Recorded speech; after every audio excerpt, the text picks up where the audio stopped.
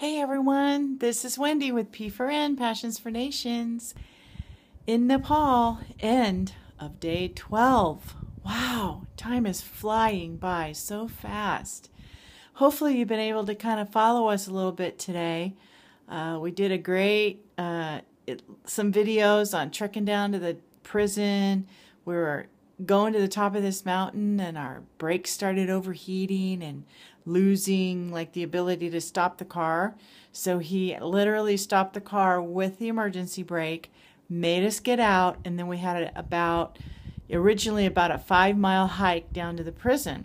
So we start walking down the road, and then, I'm kind of giving you a little video. Hopefully you saw that.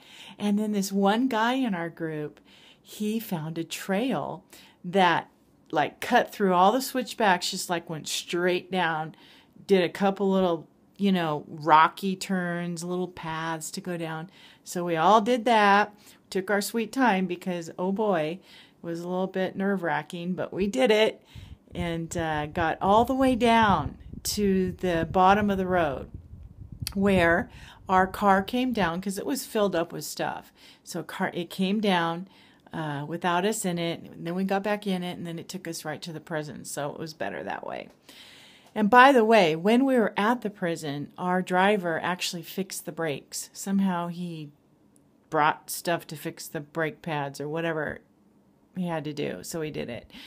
And we went into the prison, and it took us a long time to check in, but we did. And there was about 750 men there with all sorts of past and all sorts of crimes and had been there for many, many years. We met this one guy that was there for 9 years. So he had gone in as a teenager. 9 years later, he's, maybe 30, maybe pushing 30. He's getting out in a couple months. But anyway, so we go in, and, they welcome us, and we're sitting there, and they're all coming in. It was a great crowd, and, they were wondering who we were, and, you could kind of just feel the atmosphere. It was a little stiff and kind of a little tense, but we were just sitting there just waiting for our turn. And then it was our turn, and I got up and I preached the gospel, and I just told them all about the love of God and how Jesus called himself the bread of life, and how if you eat from him, you'll never be hungry again, and how he called himself the light of the world, and if you trust in him, you won't be walking in darkness. Anyway, I went through a lot of the I ams that Jesus said he was, and then at the end, I just told him, I said, you know what, you're in this place. Many of you have been in this place for a long, long time, but prison is just an outward place.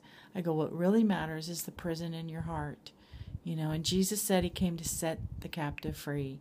And so if you feel imprisoned in your heart, you need the joy of God, you need the peace of God, you need, love in your heart, you need all those things. Jesus is the answer, and you just need to turn to him. And I said, anybody who wants that, you just need to stand up, because they were all sitting, and every single one of them stood up.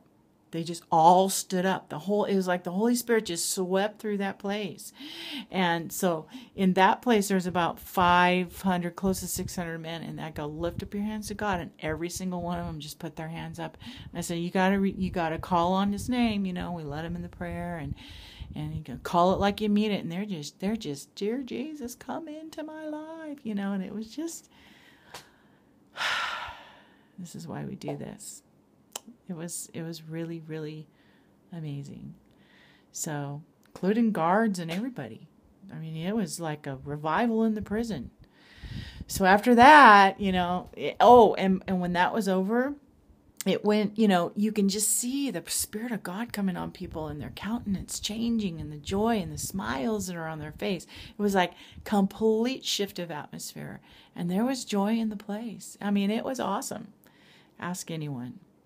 So then after that, we went into this other place, that building that was a little more tough. I'm not going to say maximum prison, maximum security, but there were less of them, and it was really, really a place of suffering. It was almost like there weren't any beds and they had to sleep on the ground. And, it was really, it wasn't like the place we were at. So I'm thinking it was for more hardened criminals or whatever. But we went in there and Jessica gave them the message, gave them the love of God, and they prayed and asked the Lord in their heart. So we totally had like 700 people come to the Lord in about 25 minutes. It was awesome. There's nothing like it. There is nothing like it. It was worth the 4-hour drive. It was worth trekking down to the street. It was worth the heat. It was worth the bumpy ride home. It was worth it. And there is a party going on in heaven tonight. I mean, a party going on in heaven tonight. Souls were snatched right into the kingdom. So once again, thank you so much for sending. Thank you for giving. They love their water purification system. They love their badminton games. They love their board games. They love their footballs. They love their basketball, their volleyballs, their badminton sets. I mean, we brought it. We brought what we could for what you gave us to give. So appreciate that. God bless you guys. Tomorrow's Saturday, which is their holy day. So we will be going to churches and preaching the message all over again and bringing some discipleship classes to the churches and just edifying them. And then we come home. So we love you. We miss you. And we thank you. I'll talk to you tomorrow.